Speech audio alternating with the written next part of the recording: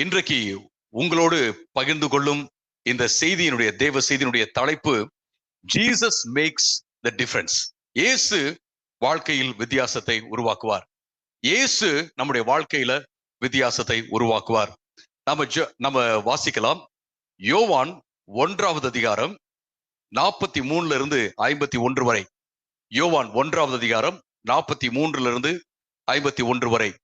மறுநாளிலே இயேசு கலிலேயாவுக்கு போக மனதாய் இருந்து பிலிப்புவை கண்டு, நீ எனக்கு பின் சென்று வா என்றார்.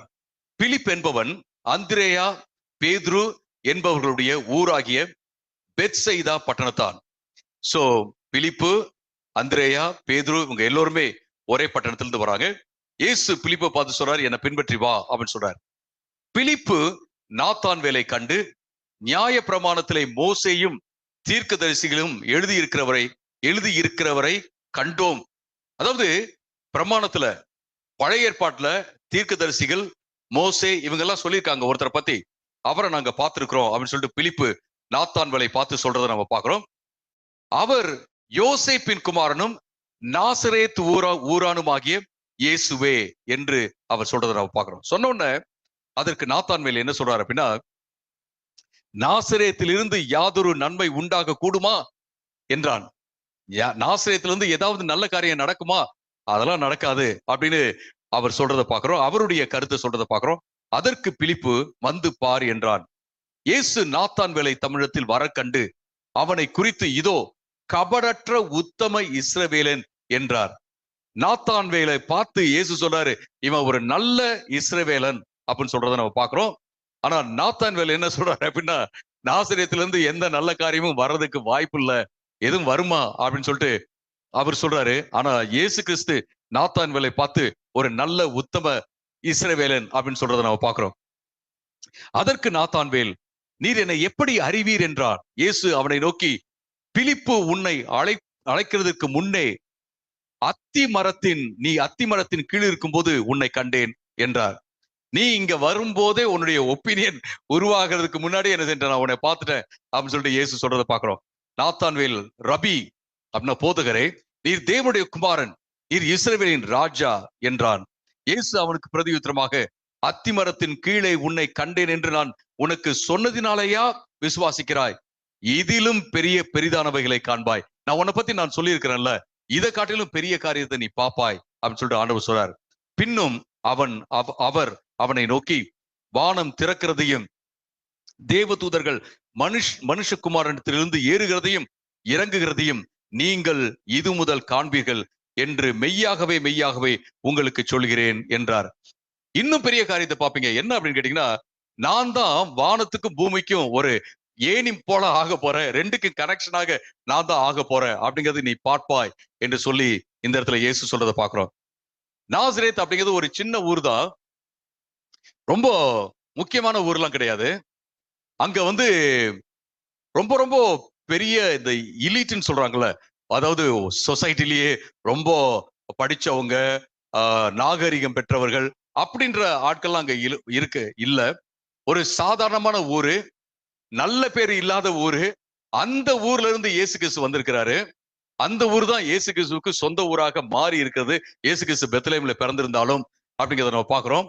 அதை குறித்து நாத்தான் வேல் சொல்ற ஒரு காரியம் என்ன அப்படின்னா, நல்ல காரியம் எதுவாவது நாசரேத்திலிருந்து வர முடியுமா அப்படின்னு சொல்றாரு. ஆனா who makes the difference?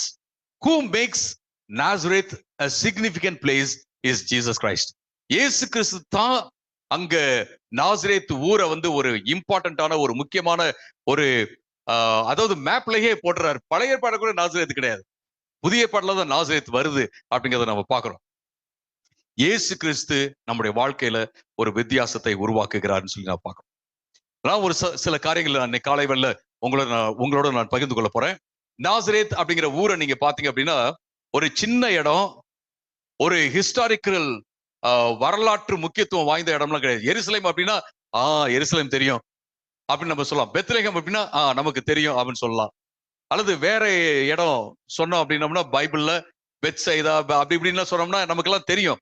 ஆனா நாசரேத் அப்படிங்கிற ஊர் பழைய ஏற்பாடுலே கிடையாது, ஒரு வரலாற்று முக்கியத்துவமான ஒரு இடமும் கிடையாது. அது மட்டுமல்ல, பெத்லகேம்ல இருந்து மேசியா வருவார்னு எதிர்பார்த்தாங்க. ஆனா நாசரேத்துல இருந்து மேசியா வருவார் அப்படின்லாம் எதிர்பார்க்கவே இல்லை. சோ மக்களுடைய எண்ணத்திலே இல்லாத ஒரு ஊராக அது இருந்தது அப்படின்றத நம்ம பாக்குறோம். அது மட்டுமல்ல, ரோமர்கள் அங்கு ஆக்கியபை பண்ணி ரோம கலாச்சாரம் தான் அங்க டாமினண்டா இருந்தது. எனவே அங்க உள்ள யூதர்கள் வந்து உண்மையான யூதர்கள் அப்படின்லாம் சொல்ல முடியாது அப்படிங்கிற கருத்து மக்கள் மத்தியில இருந்துச்சு. எனவே நாசரேத்தை வந்து ஒரு குறைவான ஒரு இடமா, அதாவது இலக்காரமா அல்லது கீழான ஒரு இடமா, தாழ்வான இடமாக தான் மக்கள் பார்த்தாங்கன்னு சொல்லி நம்ம பாக்குறோம். அது மட்டுமல்ல, நம்ம ஆசிய கலாச்சாரம் இருக்குல்ல, ஆசிய கலாச்சாரம் வந்து ஒரு ஆனர் அண்ட் ஷேம் கல்ச்சர்னு சொல்லுவாங்க. ஆனர் அண்ட் ஷேம் அப்படின்னா, நம்ம நம்ம நீங்க வந்து யாரையாவது எல்லோருக்கும் முன்னாடி திட்டிட்டீங்க அப்படின்னா ரொம்ப ஃபீல் பண்ணுவாங்க. எந்த கலாச்சாரத்துல? நம்ம கலாச்சாரத்துல. ஆனா வெஸ்டர்ன் வேர்ல்ட்ல வந்து நீங்க ஒருத்தவங்கள என்ன இப்படி பண்ணிட்ட அப்படின்னு கேட்டா கூட அவங்களும் என்ன செய்வாங்க, பேசுவாங்க. அது அதோட கழிஞ்சு போயிடும். ஆனா இங்க இப்படி பேசிட்டாரே பேசிட்டாரே அப்படின்றது இருக்கும். சோ நம்ம ஏசியன் கல்ச்சர் ஃபுல்லா அப்படிதான்.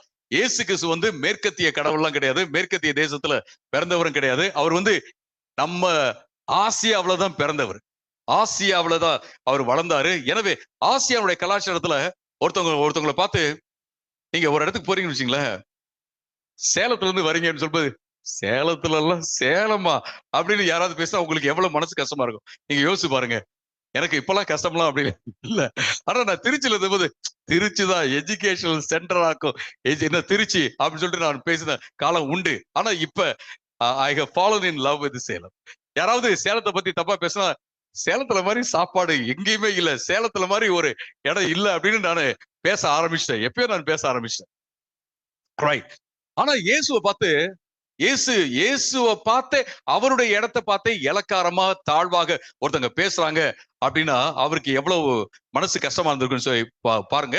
நாசரேத்து ஊர்ல உள்ளவங்களை மற்றவங்க பேசுறாங்கன்னா எப்படி அவங்க மனசு கஷ்டமா இருந்திருக்கும் அப்படின்னு யோசிச்சு பாருங்க. ஆனா அந்த இடம் தான் இயேசுவுக்கு சொந்த ஊரு.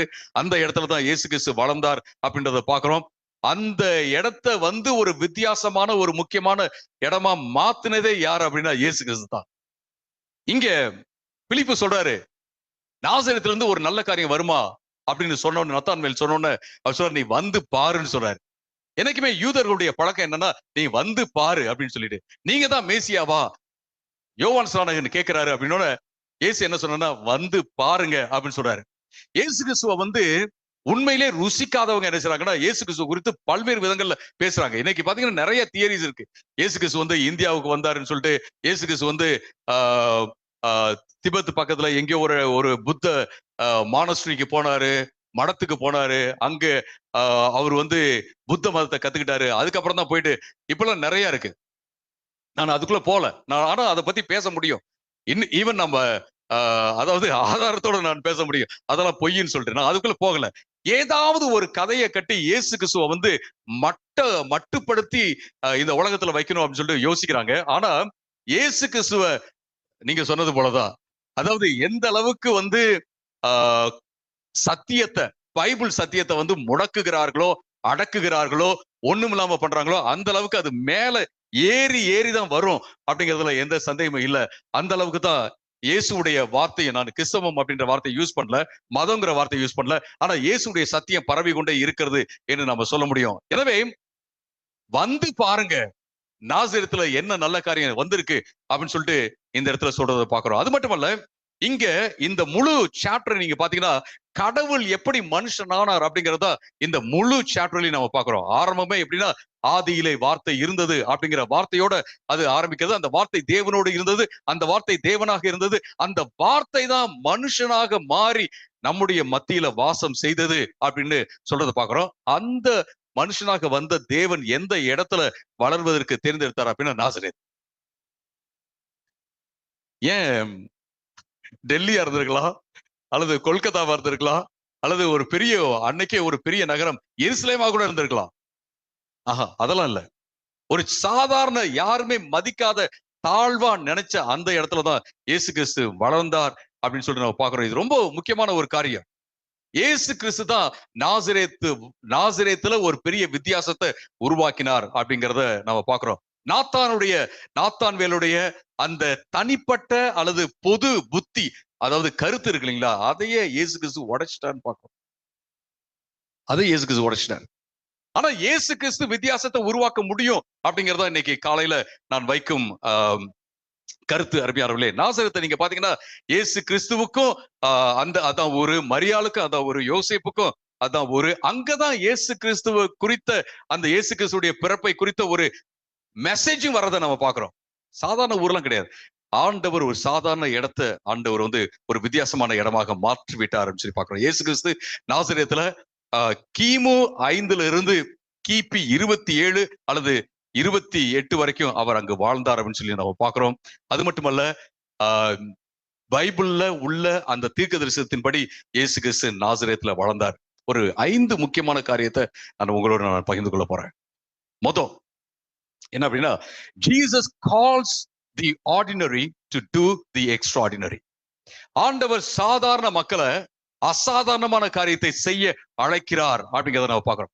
இயேசு கிறிஸ்து சாதாரண மக்களை அசாதாரணமான காரியத்தை செய்வதற்கு அழைத்திருக்கிறார். இயேசு நாசரேத்து ஊரை தேர்ந்தெடுத்து அந்த ஊரை மேப்ல போட்டாரு.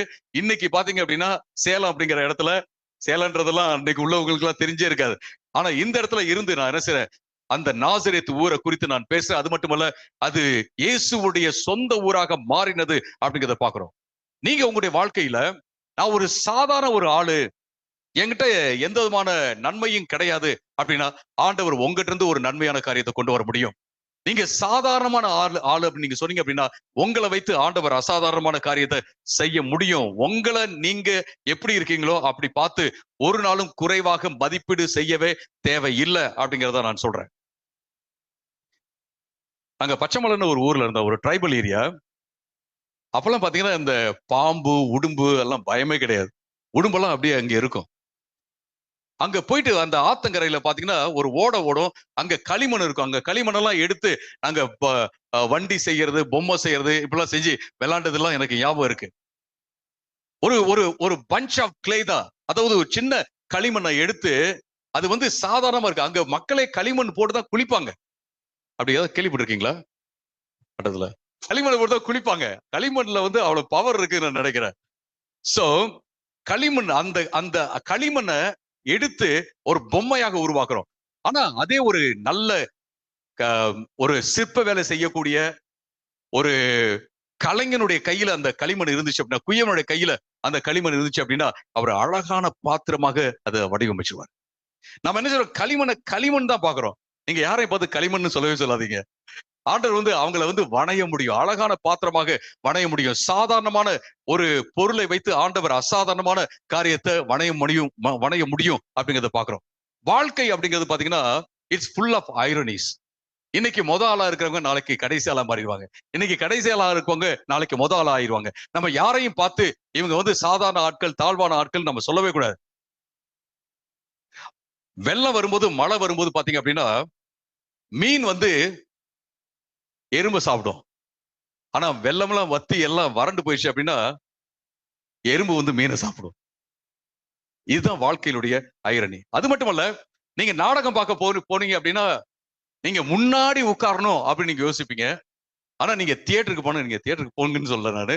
தியேட்டருக்கு போனோம் அப்படின்னு கேட்டீங்கன்னா, பார்த்தோம் அப்படின்னா அங்க பின்னாடி உட்காந்து நல்ல ஃபுல் வியூ வரணும் அப்படின்னு நம்ம யோசிப்போம். வாழ்க்கை மாறும். நீங்க சோப்பு எடுத்துக்கிட்டீங்கன்னா, சோப்பு செய்யறதுக்கு ஆயில் யூஸ் பண்றாங்க. ஆனா அந்த ஆயிலை நீக்குவதற்கு சோப்பை தான் யூஸ் பண்றாங்க. யாரையும் பார்த்து நம்ம என்ன செய்ய முடியாதுன்னா, இவங்க வந்து தாழ்வானவங்க, இவங்க சாதாரணமானவங்க, இவங்க எல்லாம் ஒண்ணும் பண்ண முடியாது அப்படிலாம் யோசிக்காதீங்க. ஆண்டவர் சாதாரண ஒரு ஆளை ஒரு அசாதாரணமான மனுஷியாக மாற்ற முடியும். உங்களை பார்த்து நீங்க சொல்லிக்கங்க, ஆண்டவர் என்ன இன்னும் அசாதாரணமான காரியத்தை செய்ய ஆண்டவர் உபயோகப்படுத்த முடியும் அப்படின்னு நீங்க சொல்லுங்க. 2வது காரியம் உங்களோட நான் வந்து பகிர்ந்து கொள்வது என்ன அப்படின்னா, Jesus defies human expectations and prejudices. இயேசு கிறிஸ்து மனுஷனுடைய எதிர்பார்ப்புகளையும் மனுஷனுடைய அந்த அந்த பாகுபாடான கருத்துகளையும் அவர் மீறுகிறார், உடைக்கிறார் அப்படின்னு சொல்லி பாக்குறோம். அந்த ஸ்டேரியோ டைப் இருக்குல்ல, இப்படிதான் இவங்க அப்படிங்கிறத உடைச்சிட்டு வருது. நாமளும் உடைக்கணும். நம்ம ஒரு நாளும் அந்த அந்த ஸ்டேரியோ டைப்பை வச்சோ இல்ல இப்படிதான் இவங்க இப்படிதான் அப்படிங்கிறத வைத்து நம்ம பார்க்கவே கூடாது. நத்தானியேல் தான் சொல்றாரு, நாசரேத்துல இருந்து ஏதாவது நல்ல காரியம் வருமா? அதெல்லாம் ஒண்ணும் வராது. அப்படின்னு இங்க பிலிப்பு சொல்றாரு, வந்து பாருங்க அப்படின்னு சொல்றாரு. வந்து பார்த்த உடனே இங்க ஆண்டவர் பார்த்து சொல்றாரு, ஆண்டவரே நீங்க தான் ராஜா, நீங்க தான் தேவன் என்று சொல்வதை பார்க்கிறோம். அருமையானவர்களே, நம்ம பல வேளைகள்ல நாம ஒரு முடிவு எடுத்துறோம், இப்படிதான் அப்படின்னு சொல்லிட்டு நம்ம கருத்துக்களை உருவாக்கம் செய்து விடுகிறோம். ஏன் அப்படின்னு கேட்டீங்கன்னா, நம்ம உட்கார்ந்து யோசிக்கிறது இல்ல, பல கோணங்கள்ல பாக்குறது இல்ல. சிலர் எல்லாம் பாத்தீங்கன்னா ஒப்பீனியனேட்டட் அப்படின்னு சொல்லுவாங்க. அவங்க ஒவ்வொன்ன குறித்து ஒரு கருத்து வச்சுட்டே இருப்பாங்க. அவங்ககிட்ட பேசவே முடியாது. ஏன்னா அவங்க கருத்தை மாத்துக்கவே மாட்டாங்க. உட்கார்ந்து பேசலாம். சரி, உங்க கருத்து இருக்கு. ஆனா நீங்க மற்ற பல கோணங்கள்ல இருந்து அந்த கருத்தை நீங்க ஆய்வு செய்யுங்க அப்படின்னா பண்ணவே மாட்டாங்க. ஆனா இங்க நத்தானியேல் அப்படி கிடையாது. அவர் கருத்தை மாத்திக்கிறார், உடனடியா மாத்திக்கிறார். அருமையானவர்களே, ஆண்டவர் பாத்தீங்கன்னா எல்லா எதிர்பார்ப்புகளையும், மனுஷனுடைய எதிர்பார்ப்புகளையும் ஆண்டவர் உடைக்கிறாரு. மனுஷனுடைய பாகுபாட்டு சிந்தனைகளை ஆண்டவர் உடைக்கிறாருன்னு சொல்லி பாக்குறோம். நீங்க வைரத்தை ஒரு கரிக்கோட்டையில பாத்தீங்க அப்படின்னா வைரத்தை எல்லாம் பார்க்க முடியாது. ஆனா அந்த கரிக்கோட்டை தான் என்னது வைரமாக மாறுகிறது. சாதாரண மண்ணுல இருந்து தான் தங்கம் வருகிறது அப்படிங்கிறத பாக்குறோம். அதாவது நமக்கு கவர்ச்சியாக இல்லாத ஒரு கல்லுதான் ஒரு வைரமாக மாறுகிறது அப்படிங்கறத நம்ம ஒரு நாளும் மறந்து விடவே கூடாது. நம்ம சொல்லலாம், இவங்க இப்படி, அவங்க இப்படி, அவங்க இப்படி அப்படின்னு சொல்லிட்டு. ஆனா ஆண்டவர் அவர்களையும் பெரியவர்களாக மாற்றுவார், உங்களையும் பெரியவர்களாக மாற்றுவார். நீங்களும் நானும் எந்த விதத்திலையும் நம்ம ஒரு பாகுபாட்டை வச்சிருக்கவே தேவையில்லை அப்படிங்கிறத பாக்குறோம். நமக்கு இந்த உலகம் வந்து ஒரு எதிர்பார்ப்பு கொடுக்கும். ஒருத்தன் தான், அவன் பேரு டெரிக். அவன் சொன்னா, நான் எதையுமே இந்த உலகத்துல எதிர்பார்க்கறதே இல்லை, யாருடைய எதிர்பார்ப்புக்கும் நான் வந்து இடம் கொடுக்கறதே இல்லை அப்படின்னு சொல்லிட்டு இருந்தான். சோ பக்கத்து வீட்டுக்காரர் ஒரு யுக்தி பண்ணாரு. என்ன அப்படின்னு கேட்டீங்கன்னா, அவன் காலையில வந்து நியூஸ் பேப்பரை எடுக்கிறதுக்காக வெளில வருவான். ஒரு 100 ரூபா நோட்டு அங்க போட்டாரு. சுத்தி சுத்தி பார்த்தான். ஓ யாரும் இல்ல, ஏன் வாசம் முன்னாடி தான் இருக்கு, என்னோட தானே அப்படின்னு சொல்லி எடுத்துக்கிட்டான். அடுத்த நாள் வந்தான் நியூஸ் பேப்பர் எடுக்கிறதுக்கு, இன்னொரு 100 ரூபா நோட்டு இருக்கு. பார்த்தா மறுபடியும் யாரோ போட்டாங்களா என்னன்னு தெரியல, எடுத்துட்டான். பரவாயில்ல அப்படின்னு சொல்லி எடுத்துட்டான். 3வது நாளும் அப்படியே, 4வது நாளும் அப்படியே. தயங்க இதுக்கு அப்புறம் பாத்தீங்கன்னா சுத்தி மீதெல்லாம் பாக்குறதெல்லாம் கிடையாது. ஆமேசாம தைரியமா எடுத்துக்கிட்டு போயிட்டான். 6வது நாள் வரான், ஒரு நோட்டும் இல்ல. அங்க பிள்ளைங்க எல்லாம் பக்கத்துல விளையாண்டுட்டு இருக்குங்க. யோசிக்கிறான், மேபி இந்த பிள்ளைங்க தான் எடுத்திருப்பாங்க, அவங்க தான் எடுத்திருப்பாங்க, இவங்க தான் எடுத்திருப்பாங்க அப்படின்னு சொல்லிட்டு அப்படியே போயிட்டு, நீங்க என் வாசல் கிட்ட வந்தீங்களா அப்படின்னு அவன் கேட்கறான். பக்கத்து வீட்டுல உள்ளவரை பார்த்துட்டே இருந்தாரு. உன் வாழ்க்கையில எக்ஸ்பெக்டேஷனே இல்லைன்னு சொன்னல, இப்ப நீ வந்து நியூஸ் பேப்பரை பார்க்கல, அந்த 100 ரூபா நோட்டு இருக்கான்னு தான் நீ பாக்குற. எக்ஸ்பெக்டேஷனை உருவாக்க முடியும் அப்படின்ட்டு அந்த பக்கத்து வீட்டுக்காரர் வந்து சொன்னாரு, இந்த 100 ரூபா நோட்டெல்லாம் நான் போட்டதுதான். இன்னைக்கு வந்து நீ 2-3 நாளா நீ என்ன செய்யறன்னா, நியூஸ் பேப்பரை நீ பார்க்கல, அந்த 100 ரூபா நோட்டு இருக்கா அப்படின்னு பாக்குறல. வாழ்க்கையில எக்ஸ்பெக்டேஷன்ஸ் நாம உருவாக்க முடியும். ஆனா நல்ல எக்ஸ்பெக்டேஷன்ஸ் உருவாக்கணும். அதுதான் ரொம்ப இம்பார்ட்டன்ட். மற்றவங்க நம்ம கிட்ட இருந்து எதிர்பார்க்கறது இல்ல, இவங்க அப்படி எதிர்பார்க்கறாங்க, அப்படி கிடையாது. நமக்குன்னு ஒரு நல்ல எக்ஸ்பெக்டேஷன்ஸ் இருக்கா? மற்றவங்களுடைய கருத்து நம்ம மேல திணிக்கப்படுறது இல்ல, நமக்குன்னு நல்ல கருத்துகள் இருக்குதா அப்படிங்கறத ரொம்ப இம்பார்ட்டன்டான ஒரு விஷயம். அருமையானவர்களே, உங்களுக்கும் எனக்கும் நல்ல கருத்துக்கள் இருக்கணும், நல்ல எதிர்பார்ப்புகள் வாழ்க்கையில இருக்கணும். மற்றவங்களுடைய பாகுபாட்டு எதிர்பார்ப்புகள் அல்ல, பாகுபாட்டு கருத்துக்கள் அல்ல, நமக்குன்னு நம்ம டெவலப் பண்ணி வச்சிருக்கணும். இயேசு கிறிஸ்து வச்சிருந்தார். நாசரேத்திலேயே அவர் ஊர்லயே அவரை வந்து என்ன செஞ்சாங்க, அவங்க அலட்சியப்படுத்தினாங்க, அவங்க மதிக்கல. ஆனா ஒரு நாளும் இயேசு கிறிஸ்து நாசரேத்தை பார்த்து, இதெல்லாம் ஒரு கேவலமான ஊர், இங்கெல்லாம் நான் பிறந்த நாக்கும், இங்கெல்லாம் நான் வளர்ந்த நாக்கும், இதெல்லாம் சரியே இல்லை அப்படின்னு சொல்லவே கிடையாது. இயேசு இப்படி சொல்ல, பேசாம நானு அமெரிக்காவில பிறந்ததா கூட நல்லா இருக்கு, அப்ப அமெரிக்கா இல்ல நான் சொல்றேன். நான் அவர் கேவலமா பேசவே இல்லை. ஆனா கடைசியில அவருடைய டெஸ்டினேஷன் எங்க போனுச்சு அப்படின்னா எருசலேம் தான். அவருக்கு தெரியும், நான் அங்கதான் போய் மறிக்க போறேன்னு சொல்லிட்டு. அதுவும் எருசலேம் பட்டணத்துக்குள்ள இல்ல, வெளியில தான் கொண்டு போயிட்டு அவரை சிலுவை அரைஞ்சாங்க அப்படின்னு சொல்லி நான் பாக்குறோம். அருமையானவர்களே, என்ன சொல்ல வரேன் அப்படின்னா, மற்றவங்களுடைய எதிர்பார்ப்பை நாம எடுத்துக்கணும் அவசியமே கிடையாது. நமக்குன்னு ஒரு எதிர்பார்ப்பை வைக்கணும். மற்றவங்களுக்கு நாம எந்த விதமான பாகுபாட்டு எதிர்பார்ப்புகளையோ கருத்துக்களையோ வைக்க தேவையில்லை அப்படிங்கிறத நம்ம பாக்குறோம். 3வதாக, Jesus knows us intimately and values us. ஆண்டவர் நம்மை நெருக்கமாக அறிந்து வைத்திருக்கிறார், நம்மை மதிக்கிறார். நத்தான்வேல ஆண்டவர் ஏற்கனவே பார்த்துட்டார். எங்க பார்த்து, நீ அத்தி மரத்தின் கீழே இருக்கும்போதே நான் உன்னை பார்த்துட்டேன் அப்படின்னு சொல்றாரு. அவனை குறித்து இயேசு கிறிஸ்து ரொம்ப பாசிட்டிவா பேசுறாரு. என்ன சொல்றாரு அப்படின்னா, உத்தமமான இஸ்ரவேல்னு சொல்றாரு. இயேசு கிறிஸ்துவ குறித்து அவன் மொதல் ஒப்பீனியன் எப்படி அப்படின்னா, என்னப்பா நாசரேத்துல இருந்து மேசியான்றீங்க, நாசரேத்துல இருந்து பைபிள் சொன்ன மாதிரி தீர்க்கதரிசிகள் எல்லாம் சொன்ன மாதிரி ஒருத்தர் வந்திருக்காரு அப்படின்னு சொல்றீங்க, நாசரேத்துல இருந்து ஏதாவது நல்ல காரியம் வர முடியுமா? ஆஹா அப்படின்னு தான் அவருடைய எண்ணம். ஆனா இயேசுடைய என்ன அப்படின்னா, உத்தமம் உள்ள இஸ்ரவேலர், உத்தமமான இஸ்ரவேலர், கபடற்ற இஸ்ரவேலர் அப்படின்னு சொல்லி இயேசு கிறிஸ்து நாத்தான் வேலை குறித்து அவர் சொல்றதை நம்ம பாக்குறோம். ஆண்டவர் வந்து ஏற்கனவே அவனை பார்த்துட்டாரு, ஏற்கனவே புரிஞ்சு வச்சிருக்காரு அப்படிங்கிறத பாக்குறோம். பல வேளைகள்ல நாம ஆண்டவர் குறித்து ஒரு தவறான கருத்தை வச்சிருப்போம். என்ன கருத்து அப்படின்னா, ஆண்டவர் நம்மளை பாக்குறது இல்ல, ஆண்டவர் நமக்கு நம்ம ஜெபத்துக்கு செவி கொடுக்கறது இல்ல, நம்ம கண்ணீரை பாக்குறது இல்ல. இல்ல, நான் எப்போதுமே சொல்றது என்ன அப்படின்னா, நம்ம ஃபீலிங்ஸ் எல்லாம் கிடையாது. பைபிள் என்ன சொல்றது? அவர் நம்மை கைவிடுவது இல்லை, அவ்வளவுதான். அவர் நமக்குள்ள இருக்கிறார். அவர் உலகத்தின் முடிவு வரையதும் உங்களோட இருக்கிறார் அப்படின்னு சொல்லிட்டார். அவர் எப்போதுமே நம்மளோடய இருக்கிறார் அப்படிங்கிற அந்த ஒரு விசுவாசம் நமக்குள்ள இருந்து கொண்டே இருக்கிறோம். அவர் வந்து நம்மளை வேல்யூ பண்றார், நம்மள நல்ல விதத்துல மதிப்பீடு செய்யறார். நம்முடைய மதிப்பு என்ன அப்படிங்கிறது அவருக்கு தெரியும். நம்ம ஒரு பொக்கிஷம், நம்ம விசேஷமான ஒரு நபர் ஆண்டோடைய பார்வையில அப்படிங்கிறது அவருக்கு நல்லா தெரியும். அவருடைய பார்வையில இருந்து நாம விலகி போறதே கிடையாது. சில பிள்ளைங்களாம் பாத்தீங்கன்னா, அவங்களுக்கு பேரண்ட்ஸுடைய அட்டென்ஷன் வேணும்னு சொல்லிட்டு ஏதாவது ஒண்ணு செய்வாங்க. நீங்க அப்படிலாம் ஒண்ணுமே செய்யவே தேவையில்லை, ஒண்ணுமே செய்ய தேவையில்லை. ஆண்டவர் உங்களை பார்த்துக்கிட்டே இருக்கிறாரு. நீங்க ஆண்டவர் பார்த்து சொல்லவே தேவையில்லை, நீங்க என்ன பார்க்கவே இல்லை, அம்மா அப்பா நீங்க வேலையெல்லாம் செய்யும் போது நீங்க என்ன கண்டுக்கவே இல்லை அப்படின்லாம் சொல்லவே தேவையில்லை. அவர் எப்போதுமே உங்களை கண்டுகொண்டே இருக்கிறார், உங்களை பார்த்து கொண்டே இருக்கிறார். அப்படிங்க பாரு, எப்படி ஒரு மேய்ப்பன் தன்னுடைய ஆடுகளை அறிந்து வைத்திருக்கிறானோ அதே போல ஆண்டவர் நம்முடைய மேய்ப்பர் நம்மை முழுவதுமாக அறிந்து வைத்திருக்கிறார் அப்படிங்கிறத பார்க்கணும். இது ரொம்ப முக்கியமான ஒரு காரியம். அருமையா, நீங்க உங்களை வேல்யூ பண்றீங்களா? உங்களை வேல்யூ பண்றீங்களா? அல்லது உங்களுடைய பேக்ரவுண்டை வச்சு, உங்களுடைய மற்ற காரியத்தை வச்சு மற்றவங்களாம் உங்களை பத்தி என்ன சொன்னாங்க, சின்ன பிள்ளையில வளரும் போது என்ன சொன்னாங்க அப்படிங்கிறதெல்லாம் வச்சு உங்களை குறித்தே ஒரு ஒரு ஒரு குறைவான மதிப்பீடு செஞ்சு வச்சிருக்கீங்களா? யோசிச்சு பாருங்க. பேபி ஹால்தர் அப்படின்றவங்க ஒரு பெங்காலி. அவங்க 12 வயசு இருக்கும்போது அவங்களுக்கு மேரேஜ் ஆயிடுச்சு. அவருடைய ஹஸ்பண்ட் வந்து 14 வயசு மூத்தவர். பயங்கரமான அபியூசிவ் ஹஸ்பண்ட், அடிப்பாரு உதைப்பாரு அந்த மாதிரி ஒரு ஆளு. அதே போல அவங்க அப்பா கிட்ட போயிட்டு, அதாவது எனக்கு இந்த மாதிரி திருமணத்துல வந்து ரொம்ப கஷ்டமா இருக்கு, அடிக்கிறாங்க உதைக்கிறாங்க அப்படின்னு சொல்லும்போது அவரும் கண்டுக்கவே இல்லை.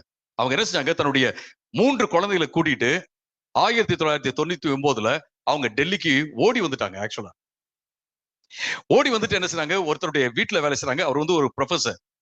அந்த ப்ரொஃபசருடைய பேர் வந்து பிரபோத் குமார். அவர் என்ன செய்யாரு, நீ என் லைப்ரரியில இருக்கிற புக்கெல்லாம் நீ வாசிமா அப்படின்னு சொல்றாரு. சிலருக்குலாம் பாத்தீங்கன்னா இயற்கையாகவே வாசிக்கணும் அப்படின்ற அந்த ஆர்வம் இருக்கும். வாசிங்கன்னு சொல்றாரு. அவங்க வாசிக்கிறாங்க வாசிக்கிறாங்க வாசிக்கிறாங்க. அவங்களுடைய வேலை என்னன்னா கூட்டுறது துடைக்கிறது, இந்த வேலை தான். வீட்டுல வந்து ஒரு வேலைக்காரியா அவங்க வேலை செய்யறாங்க. ஆனா அவங்களையும் ஒருத்தர் என்கரேஜ் பண்ணாரு. அவங்க வந்து ஒரு புஸ்தகம் எழுதினாங்க.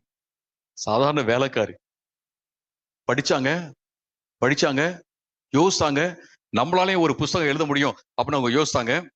அவங்க ஒரு புஸ்தகம் எழுதுனாங்க, ஆலோ அந்தாரி அப்படிங்கிற ஒரு புஸ்தகம். அவருடைய பேர் என்னன்னா, A Life Less Ordinary. ரொம்ப ரொம்ப சாதாரணமான ஒரு வாழ்க்கை அப்படிங்கிற ஒரு புஸ்தகம். இன்னைக்கு பாத்தீங்கன்னா உலக அளவுல ஃபேமஸான புஸ்தகம். தமிழ்ல இருக்கான்னு தெரியல, ஹிந்தில இருக்கு, பெங்காலில தான் எழுதுனாங்க. பெங்காலில இருக்கு, ஹிந்தில இருக்கு, அப்புறம் பாத்தீங்கன்னா இங்கிலீஷ்லயும் டிரான்ஸ்லேட் பண்ணிருக்காங்க. அமேசான்ல இருக்கு. சாதாரண வேலைக்காரி படிச்சாங்க, யோசித்தாங்க, நம்மளாலையும் சாதிக்க முடியும்னு சொல்லிட்டு. அருமையானவர்களே, நீங்க யோசிங்க, நான் யோசிக்கணும், நம்ம எல்லாரும் யோசிக்கணும். ஆண்டவர் உங்களை விசேஷமான ஒரு நபராக பார்க்கிறார். உங்களுடைய என்னுடைய நம்முடைய பேக்ரவுண்டை வச்சுலாம் ஆண்டவர் பார்க்கறதே கிடையாது. ஆண்டவர் அதை தாண்டி பார்க்கிறார். நம்முடைய பொட்டன்ஷியல் என்ன அப்படிங்கிறத ஆண்டவர் பார்க்கிறார் அப்படிங்கிறதுல எந்த சந்தேகமும் இல்லை. 4வதாக, Jesus opens our eyes to greater realities. ஆண்டவர் இதையும் தாண்டி பெரிய விஷயங்களை பார்க்க அவர் சொல்றார். இயேசு கிறிஸ்து சொல்றார் நாத்தான்வேல்ட்ட, நீ இதை காட்டிலும் பெரிய விஷயங்களை பார்ப்பாய். அது என்ன அப்படின்னா, நான் இந்த பூமிக்கும் பரலோகத்துக்கும் இடையில நான் ஒரு ஏணியாக மாற போறேன். ஏன் மேலதான் நடந்து போவாங்க, ஒரு கனெக்ஷன் ஆக போகுது. எங்க அப்படின்னா சிலுவையில. அதையும் நீ பாப்பாயின்னு சொல்றாரு. இது ஒரு சாதாரண ஒரு காரியம் தான். இப்ப நடக்கிற அற்புதங்கள் இதெல்லாம் சாதாரண காரியம். நான் டீச் பண்றது எல்லாமே ஒரு சாதாரண காரியம். ஆனா என்னுடைய கிளைமேக்ஸ் எப்படி இருக்க போகுதுன்னா, என்னையே நான் தரப்போற இந்த உலகத்துக்காக நீ அதையும் பார்ப்பாயின்னு சொல்லிட்டு இந்த இடத்துல இயேசு சொல்றதை பார்க்கிறோம். அருமையானவர்களே, நம்முடைய கண்களுக்கு புலப்படும் காரியங்கள்லாம் வந்து ஒரு சாதாரண காரியம் தான். ஆனா இதை தாண்டி பெரிய விஷயங்கள் இருக்கு. நம்ம இப்படி யோசிக்கணும்.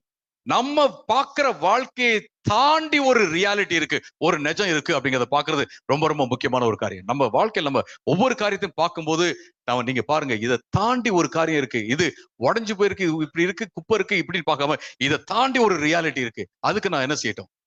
இல்ல, என் வாழ்க்கை நான் இப்படி இருக்கேன், இதை தாண்டி ஒரு ரியாலிட்டி இருக்கு, இதுக்கான ஒரு காரணம் இருக்கு அப்படிங்கிறத நம்ம பார்த்தோம் அப்படின்னு வச்சுங்களேன். அந்த இது அந்த அந்த பிரச்சனையை நம்ம தீர்த்தோம் அப்படின்னம்னா ஒரு பெரிய நல்ல காரியம் நம்ம வாழ்க்கையில நடக்கும் அப்படிங்கிறத பார்த்துட்டோம் அப்படின்னா நம்மளை யாரும் மாற்ற முடியாது, நம்மளே மாறிடுவோம். ஏன் இன்னைக்கு மக்கள் வந்து லேசியா இருக்காங்க? ஏன் வந்து ஒரு காரியத்தை போஸ்ட்போன் பண்ணிட்டே இருக்காங்க? அந்த ரியாலிட்டியை பார்க்க முடியல. இதை தாண்டி ஒரு பெரிய விஷயம் நம்முடைய வாழ்க்கையில நடக்கும் அப்படிங்கிறத அவங்களால பார்க்க முடியல அப்படிங்கிறத பாக்குறோம். இயேசு கிறிஸ்து இங்க நத்தான்வேலை இன்வைட் பண்றாரு. எதுக்கு அழைக்கிறார் அப்படின்னா, இதை தாண்டி ஒரு பெரிய விஷயம் இருக்கு, அதை நீ பார்ப்பா அப்படின்னு சொல்றாரு. அதுக்கப்புறம் நத்தான்வேல் வந்து நாசரேத்தை பத்தி தப்பா பேசின மாதிரி இல்லவே இல்லை, அதோட முடிஞ்சு போச்சு. இது ரொம்ப ரொம்ப முக்கியமான ஒரு காரியம் அருமையானவர்களே. நம்முடைய வாழ்க்கையில நாம ஒரு காரியத்தை தாண்டி பார்ப்பது மிக முக்கியம். அடுத்தது நான் 5வது பாயிண்ட்டுக்கு நான் போறேன்.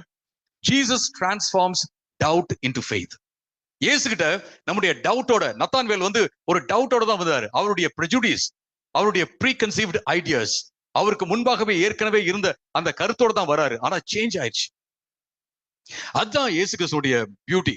நான் என்ன சொல்லுவேன், சிலர்லாம் என்ன சொல்லுவாங்க, நான் வந்து ஒழுங்கா ட்ரஸ்ட் பண்ணலையோ, ஃபெய்த் இல்லையோ, அதனாலதான். நிச்சயமா ஆண்டவர் சொல்றாரு சில இடங்கள்ல, உன்னுடைய விசுவாசம் உன்னை ரட்சித்ததுன்னு சொல்றாரு. லாசருடைய கேஸ்ல யாருடைய விசுவாசம் லாசருவை வெளில கொண்டு வந்துச்சு? லாசரு விசுவாசிச்சாரா? மார்த்தாள் மரியாள் விசுவாசிச்சாங்களா? டெஃபினெட்லி இல்ல.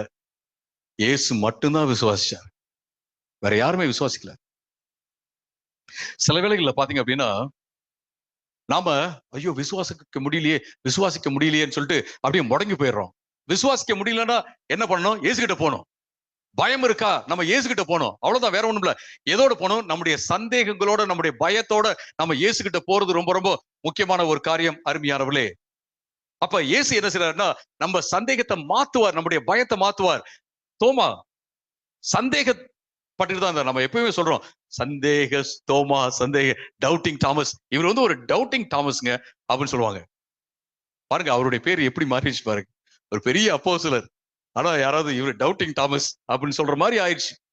ஆனா அந்த டவுட்டிங் தாமஸ், அந்த சந்தேக தோமா தான் என்ன பண்ணாருன்னா, தன்னுடைய உயிரையே கொடுத்தாரு. டவுட்ஸ் வரதான் செய்யும் நம்முடைய வாழ்க்கையில, பயம் வரதான் செய்யும், சந்தேகம் வரதான், பாகுபாடு உணர்வு கூட வரலாம், இதெல்லாம் என்ன இது, ப்ரெஜுடிசஸ் கூட வரலாம்.